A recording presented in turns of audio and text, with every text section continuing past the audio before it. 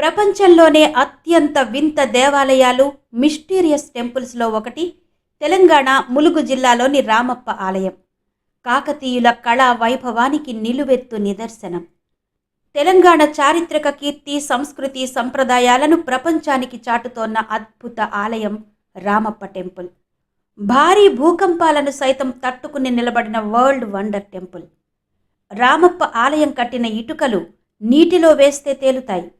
ఆధునిక మిషనరీ లేని ఆ కాలంలో మన పూర్వీకులు ఫ్లోటింగ్ బ్రిక్స్ టెక్నాలజీని ఎలా కనిపెట్టారు? కేవలం భక్తి మాత్రమే కాదు, ఈ తెలంగాణ రామప్ప ఆలయం వెనుక ఉన్న ఏన్షియంట్ ఇంజనీరింగ్ మార్వెల్ సైన్స్ని చూస్తే మీరు ఖచ్చితంగా షాక్ అవుతారు.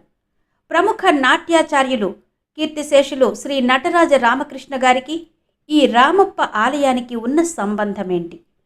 టాలీవుడ్కు ఈ ఆలయం అంటే ఎందుకంత ఇష్టం?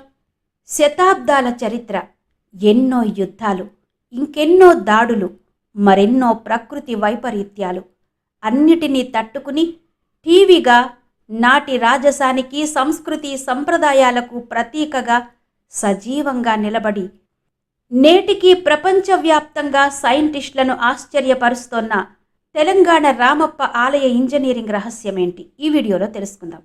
నమస్తే, విజయ మా ఊరు ఛానల్కి స్వాగతం. నేను విజయలక్ష్మి.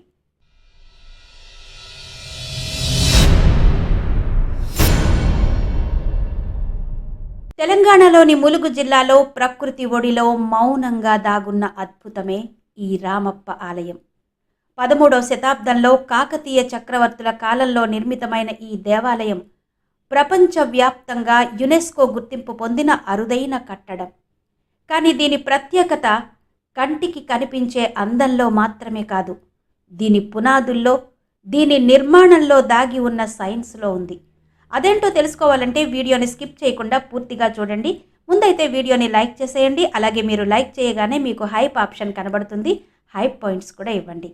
మీరు అలా లైక్ చేసి హైప్ పాయింట్స్ ఇవ్వడం వల్ల ఈ వీడియో మరింత మందికి చేరుతుంది. ఈ మిస్టీరియస్ టెంపుల్ సీక్రెట్స్ అందరూ తెలుసుకునే అవకాశం ఉంటుంది. ఒక శిల్పి పేరుతో పిలువబడే భారతదేశంలోని ఏకైక ఆలయం ఇదే. మన భారతీయ నిర్మాణ చాతుర్యానికి, శాస్త్రీయ పరిజ్ఞానానికి ఒక గొప్ప నిదర్శనం. శిల్పి రామప్ప పేరు మీదుగానే ఈ గుడి రామప్ప ఆలయంగా ప్రసిద్ధి చెందింది. సాధారణంగా ఆలయాలకు అక్కడ కొలువైన దైవం పేరు. ఉదాహరణకు రాముడు కొలువైతే రామాలయమని, శివుడు కొలువైతే శివాలయమని ఇలా పిలుస్తూ ఉంటాం కదా. కానీ ఈ ఆలయాన్ని అద్భుతంగా తీర్చిదిద్దిన ప్రధాన శిల్పి రామప్ప పేరుతోనే ప్రసిద్ధి చెందింది. సుమారు 40 సంవత్సరాల పాటు శ్రమించి తన ప్రాణాలను, కాలాన్ని, కళా నైపుణ్యాన్ని రంగరించి ఈ అద్భుతాన్ని నిర్మించిన శిల్పికి దక్కిన గౌరవం అది. ఒక శిల్పి పేరు మీద పిలువబడే భారతదేశపు ఏకైక ఆలయం ఇదే కావడం విశేషం. అప్పటి శిల్పులు ఒక చిన్న ఇటుకను ఉపయోగించి భూకంపాలను సైతం తట్టుకునేలా 8 శతాబ్దాలుగా చెక్కు చెదరకుండా ఈ రామప్ప ఆలయాన్ని ఎలా నిర్మించారో తెలిస్తే మీరు ఆశ్చర్యపోతారు. ఈ భారీ కట్టడాల వెనుక ఉన్న ఆ రహస్య ఇటుకల తయారీ సాంకేతికత ఏంటి?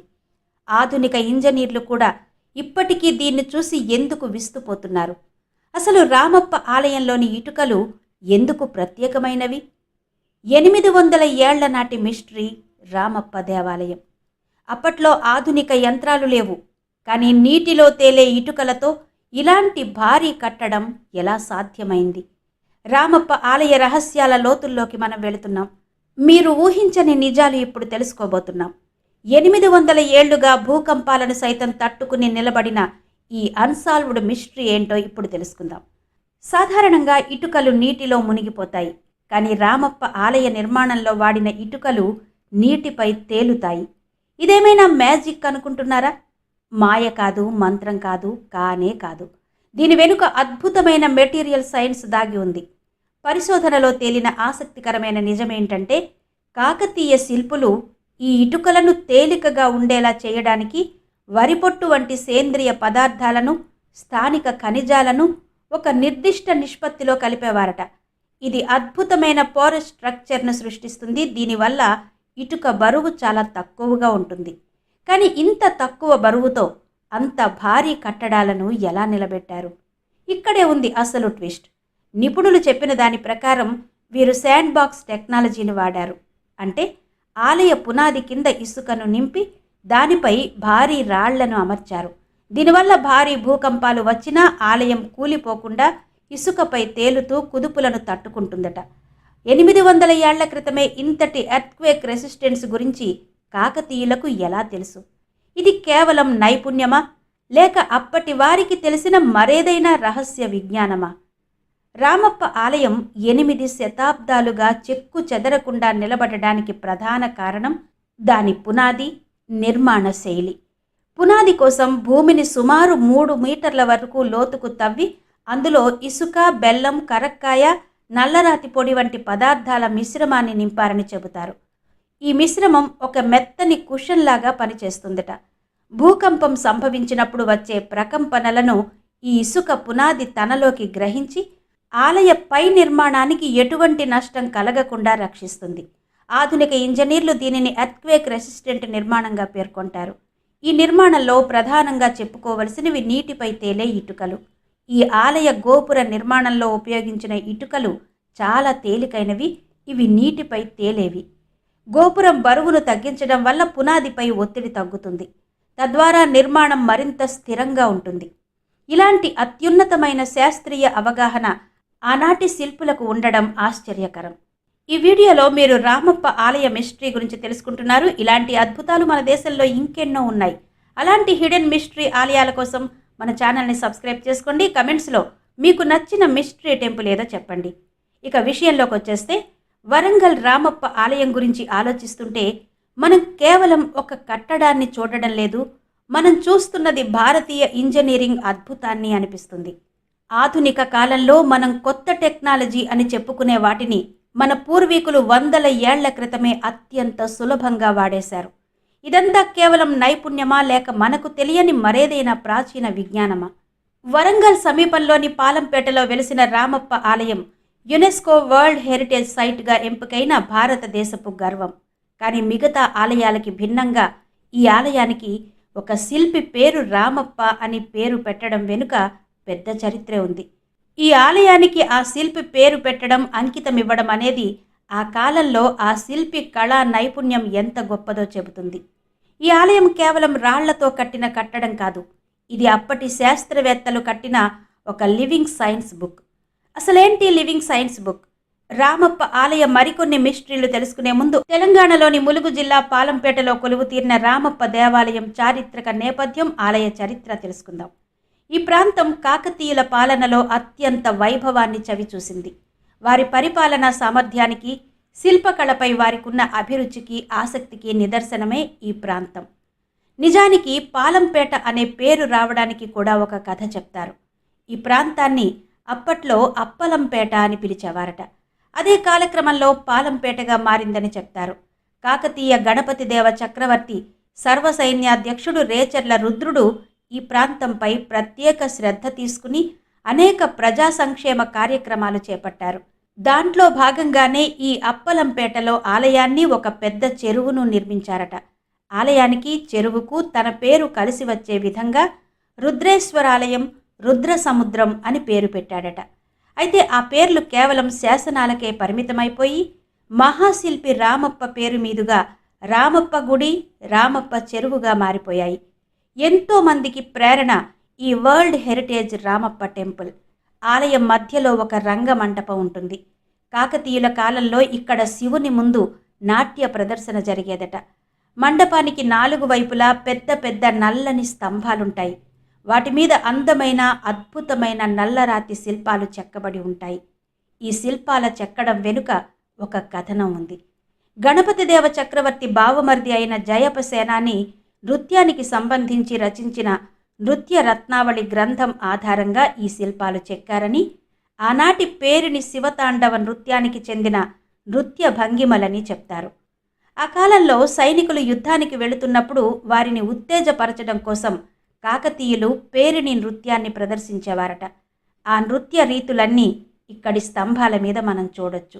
ప్రసిద్ధ నాట్యాచార్యులు నటరాజ రామకృష్ణ గారు ఈ రామప్ప గుడిలోని నాట్య భంగిమల మీదే దాదాపు 3 సంవత్సరాలు అక్కడే ఉండి పరిశోధన చేసి శతాబ్దాల క్రితం మరుగున పడిపోయిన అప్పటి పేరిణి శివతాండవ నాట్యాన్ని పునరుద్ధరించి ఆ విషయం మీద ఒక పుస్తకం రచించి 1985లో తన శిష్యుల చేత పేరిణి శివతాండవ నృత్యాన్ని ప్రదర్శించారట.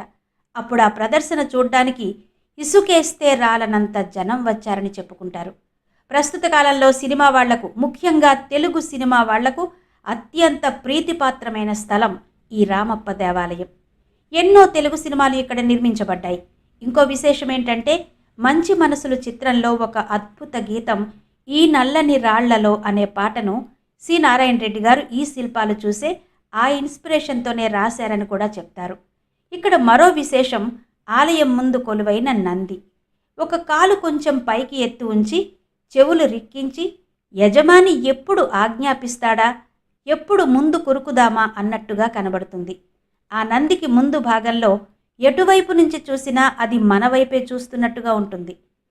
గర్భగుడికి ఎదురుగా ఉన్న మండపంలోని స్తంభాల మీద నాట్యం చేస్తున్న అందమైన స్త్రీమూర్తుల శిల్పాలు చూసేవాళ్లకు కనువిందు చేస్తాయి.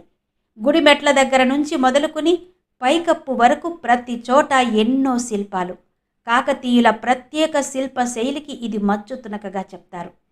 రామప్ప దేవాలయాన్ని కేవలం ఆధ్యాత్మిక కోణంలో మాత్రమే చూడడం కాదు, ఇదొక గొప్ప వైజ్ఞానిక దర్శనం అంటారు పరిశోధకులు. రామప్ప దేవాలయం ఒక విజ్ఞాన భాండాగారం. కేవలం శిల్పకళ గురించే కాదు, నాట్యం గురించి, వాయిద్యాల గురించి, ఆ కాలపు ఆహారం గురించి, ఆహార్యం గురించి తెలుసుకోవాలంటే ఈ ఆలయానికి వెళ్లాల్సిందే అంటారు. రామప్ప దేవాలయాన్ని సందర్శించే వారికి సమీపంలోని రామప్ప సరస్సులో బోటు షికారు చేయడం అందమైన మరపురాని అనుభవం. క్రీస్తు శకం 1213లో ఈ దేవాలయాన్ని నిర్మించారు. 20 ఎకరాల విస్తీర్ణంలో కాకతీయ రాజు రుద్రదేవుడి హయాంలో ప్రారంభమైన గుడి నిర్మాణం గణపతి దేవ చక్రవర్తి కాలంలో పూర్తయిందట. ఆలయ నిర్మాణం పూర్తయిన తర్వాత సుమారు 100 ఏళ్ల పాటు ఈ దేవాలయం ఓ వెలుగు వెలిగిందని, ఆ తరువాత తన ప్రాభవాన్ని కోల్పోయి 1910 వరకు ఈ ఆలయంలో దీపారాధన కూడా జరగలేదని చరిత్ర చెబుతోంది. ఆ తర్వాత మళ్ళీ 1911లో అప్పటి నిజాం ప్రభుత్వం రామప్ప ఆలయ విశిష్టతను గుర్తించి తిరిగి రామప్ప దేవాలయాన్ని పునరుద్ధరించిందని చరిత్ర కథనాలు. ఈ ఆలయాన్ని లివింగ్ సైన్స్ బుక్ అంటారు. దానికి కారణం ఇందులో ఉన్న శిల్పాలు, నృత్య భంగిమలు. ఆలయంలోని స్తంభాలపై, గోడలపై చెక్కిన విగ్రహాలు జాయపసేనాని రచించిన నృత్య రత్నావళిలోని నాట్య భంగిమలను ప్రతిబింబిస్తాయి. తద్వారా నృత్య కళను రాతిపై అక్షరబద్ధం చేసినట్టుగా ఉంటాయి.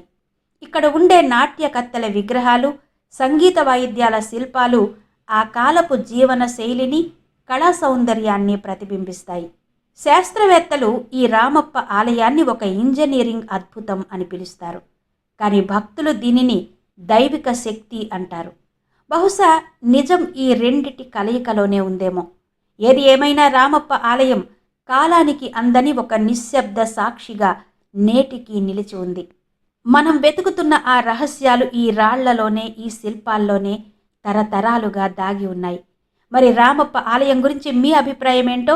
ఇది కేవలం ఇంజనీరింగ్ అద్భుతమా, లేక అంతకు మించిన దైవశక్తి ఏదైనా ఉందా అన్నది మీ అభిప్రాయాలను క్రింద కమెంట్ సెక్షన్లో తప్పకుండా తెలియజేయండి.